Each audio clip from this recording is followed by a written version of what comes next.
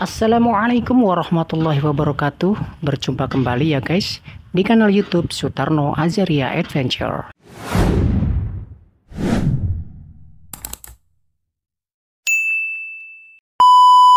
Ini YouTuber yang tidak tahu malu ya guys. Itu menurut saya pribadi.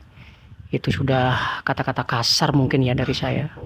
Karena sudah 2 kali beliau ini menuduh bahwa ada kasus pencabulan di pondok pesantren yang dikelola oleh Salafi, dan kedua-duanya ini gagal dibuktikan baik secara digital maupun secara nyata ya guys.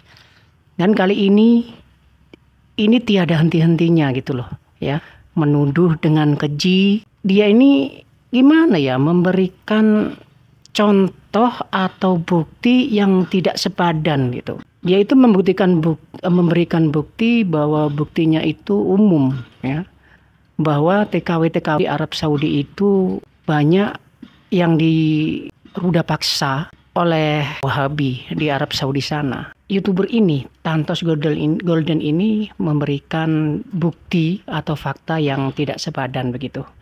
Baik, tidak perlu berlama-lama, berikut ini saya ambil dari kontennya Mas Dodi Syefriadi. Jadi beliau ini membantah tuduhan keji yang dilakukan oleh YouTuber ini. Barakallahu fikum. Wassalamualaikum warahmatullahi wabarakatuh.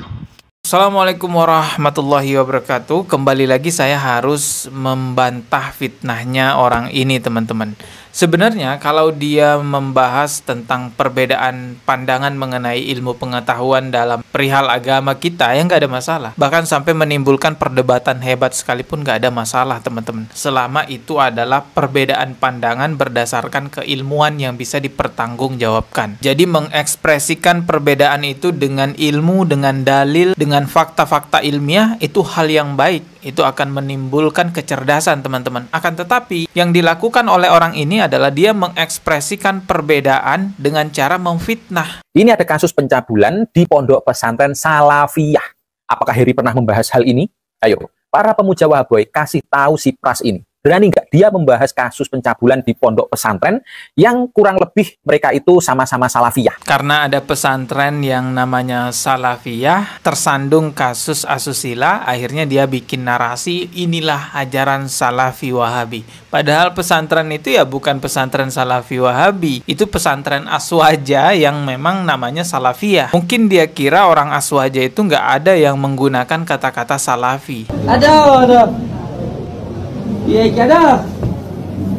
Niatnya memberitakan buruk manhaj salaf ya, yang sering dituduh-tuduh Wahabi itu. Tapi apalah daya, karena SDM rendah, ya akhirnya senjata makan tuan.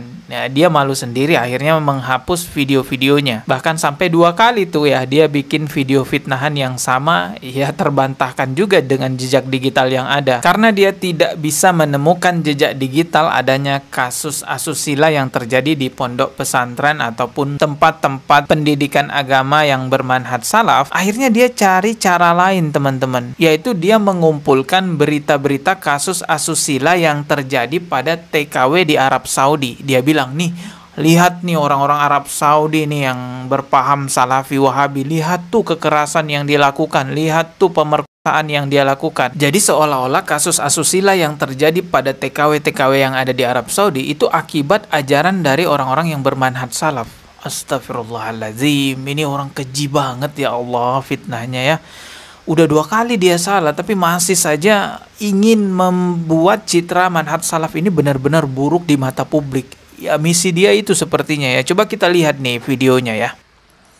Jika kalian buka berita-berita, itu banyak sekali kejadian TKW Indonesia itu diperkosa majikannya di Arab Saudi.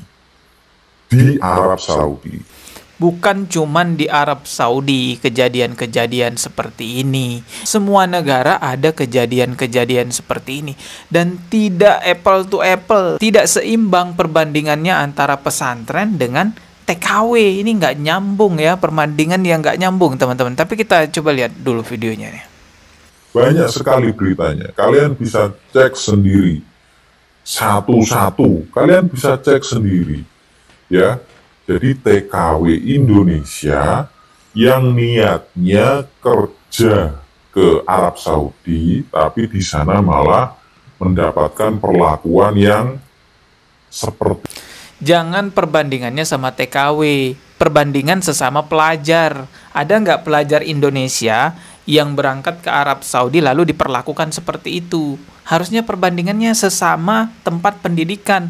Ada nggak tempat pendidikan di Arab Saudi yang tersandung kasus asusila seperti tempat pendidikan yang ada di Indonesia, yang itu dilakukan oleh kiainya, oknum gusnya? Ya jelas ya, perbandingan yang dia lakukan ini tidak seimbang, tidak apple to apple. Ini hanya akal-akalan dia saja untuk membuat manhaj salaf ini citranya jadi buruk. Perlakuan yang bejat. Ya, bejat. Nah, sekarang saya Semuanya, di mana aja yang namanya perlakuan seperti itu memang bejat. Tapi salah besar kalau kamu membandingkan TKW yang ada di sana dengan pelajar-pelajar yang ada di Indonesia yang tersandung kasus-kasus seperti itu. Lalu kamu buat seolah-olah nih loh, ajaran manhaj salaf juga ternyata ada kasus asusila di dalamnya. Itu perbandingan yang tidak nyambung, malah itu sangat terlihat sekali fitnah yang kamu lontarkan. Mungkin dia itu udah bingung banget ya nyari jejak digital pesantren manhaj salaf nih, kok nggak ada ya kasus-kasus begini. Akhirnya dia comot aja tuh berita-berita TKW. Saya jadi teringat dengan fitnahnya Samsudin yang sempat viral itu ya, ajaran bertukar pasangan. Jadi Samsudin ini bikin video settingan isinya tentang adegan ajaran bertukar pasangan gitu ya. Lalu dia buatlah seolah-olah ini adalah ajaran orang yang disebut-sebut Wahabi, orang-orang yang disebut Salafi. Padahal ini hanya video settingan yang dibuat untuk memfitnah orang-orang yang bermanhaj salaf. Boleh bawa masuk ke kamar aja. Tadi ngobrol terus. Udah gitu. Kalau mau silakan. Udah disahkan sama saya, udah saya kawinkan. Udah, biarpun itu udah bebas di sini. Enggak zaman. Udah sah. Udah dapat restu dari saya kalau namanya. Udah silakan. Udah halal. Halal kuliah atau itu. Misalkan bosan sama dia, boleh pilih siapa aja boleh. Boleh. Iyalah. Iya. Teknologi ini.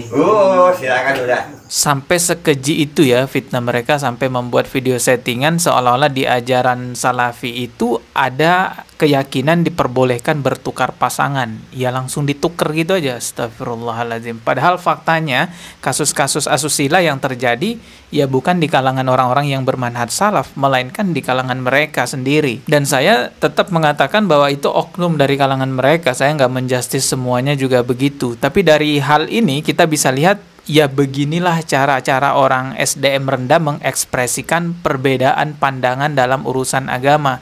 Dia itu nggak punya literasi, nggak punya pengetahuan yang mencukupi, tapi berusaha untuk membela kelompoknya. Ya karena SDM rendah nggak punya pengetahuan, akhirnya jatuhnya jadi fitnah. Apalagi yang mau dia bantah fakta kebenaran yang sudah jelas-jelas nyata, ya tambah pusing lah jadinya. Udahlah SDM rendah, nggak punya pengetahuan, berusaha menjatuhkan fakta.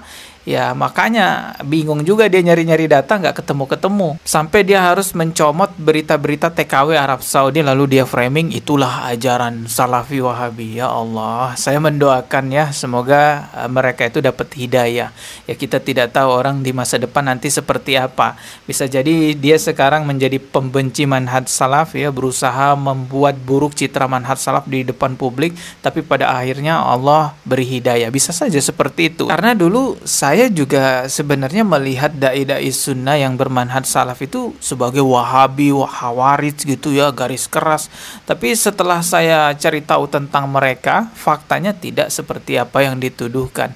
Apa yang mereka sampaikan ya Al-Quran dan Sunnah. Misi mereka itu memberantas TBC, menguatkan tauhidnya umat Islam. Begitupun juga saya lihat ceritanya Mas Heri Pras. Dulu ternyata juga Mas Heri Pras melihat dai-dai sunnah yang bermanhaj salaf, yang celana cingkrang gitu ya, itu Wahabi. Ternyata Mas Heri Pras juga dapat hidayah. Alhamdulillah ya.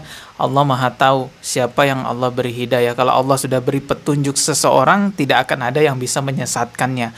Tapi kalau Allah tutup pintu hatinya seseorang, tidak ada satupun yang bisa menunjukkan jalan untuknya. Semoga kita ditakdirkan oleh Allah Subhanahu wa taala sebagai orang yang diberi hidayah, orang yang diberi petunjuk oleh Allah Subhanahu wa taala. Dan masalah kasus asusila yang terjadi di sebuah pondok pesantren ini terus beruntun terjadi.